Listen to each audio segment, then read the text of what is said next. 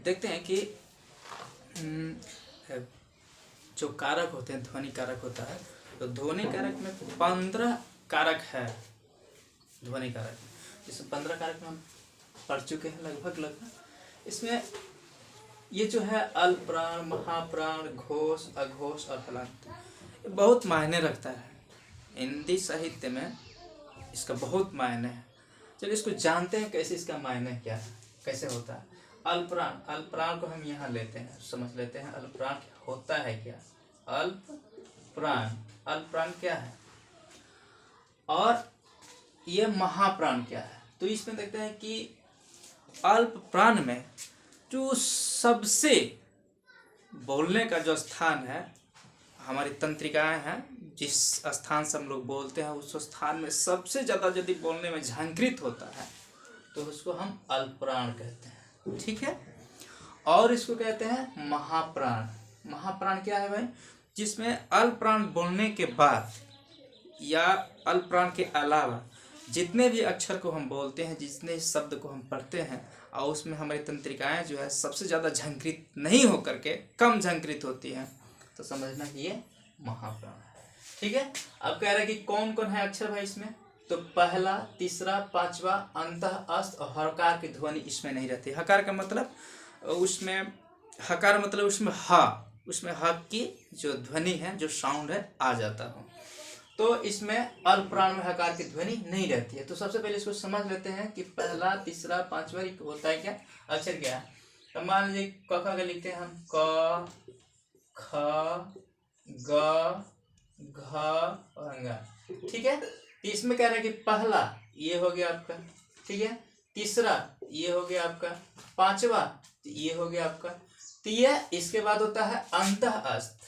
अंतः अस्त, तो अंतः अस्त क्या है, अंतः होता है या, र, ल और व, ये होता है आपका अल्प प्राण। इसको बोलने से ये क, ख और अंगा जब बोलते हैं तो सबसे ज्यादा बोलते हैं, तो जो हमारी तंत्रिकाएं होती है सबसे ज्यादा झंकृत होती हैं, झंझनाहट पैदा होता है इसको बोलने से। तो ये समझ लेना कि ये जो है ये नहीं है कि सिर्फ क, ख है, ये आपको पूरा स्पर्श, जितना स्पर्श व्यंजन है वो सभी स्पर्श व्यंजन इसमें लागू हो जाएंगी, सभी स्पर्श व्यंजन लागू हो जाएंगी। साथ ही साथ अंत अस्त भी इसमें मायने रखता है। अंत अस्त को एक और बोला जाता है कि अंत अस्त, ये है अंत अस्त, य, र, ल और व, अंत अस्त है। तो अंत अस्त ना ये व्यंजन है और ना ये स्वर है, इसको आप कंठस्थ करके कंठस्थी कर लेना है तो अच्छा रहेगा, ठीक है। अब आते हैं, ये तो आप समझिए कि अल्पप्राण क्या है, तो क, ग और अंगा ये अल्पप्राण है। साथ ही साथ अंतःस्थ, य, र, ल, व, इसको हम अल्पप्राण कहते हैं। ये व्यंजन जो है, ये अक्षर जो है अल्पप्राण के अंदर आता है। इसको फिर हम हटा देते हैं। अब आप पढ़िए महाप्राण के बारे में।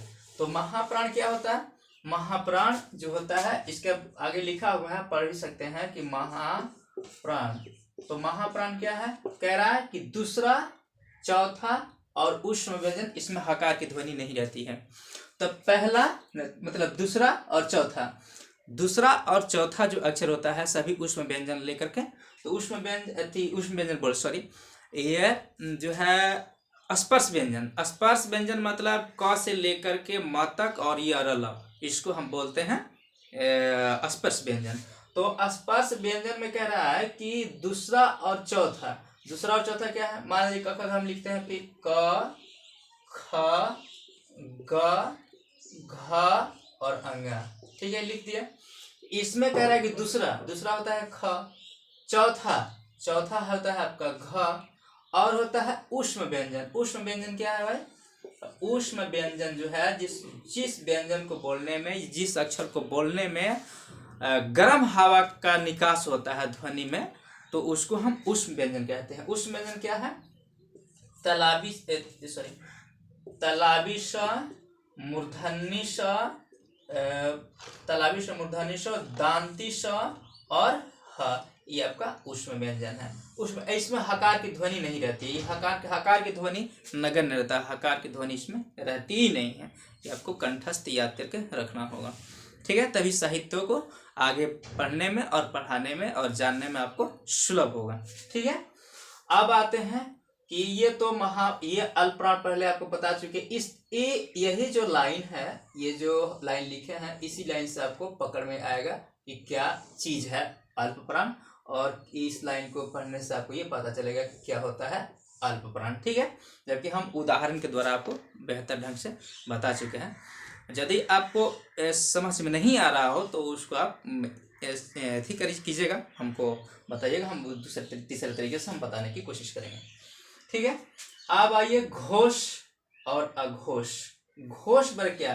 प्रत्येक वर्ग का तीसरा, चौथा और पांचवा जो होता है वर्ण स्वर वर्ण, ये भी साथ में आता है एवं अंतःस्थ, ये होता है आपका घोष वर्ण।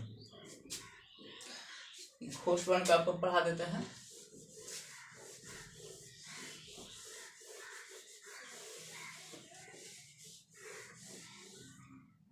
घोष वर्ण प्रत्येक वर्ग का तीसरा, प्रत्येक वर्ग का तीसरा जो होता है,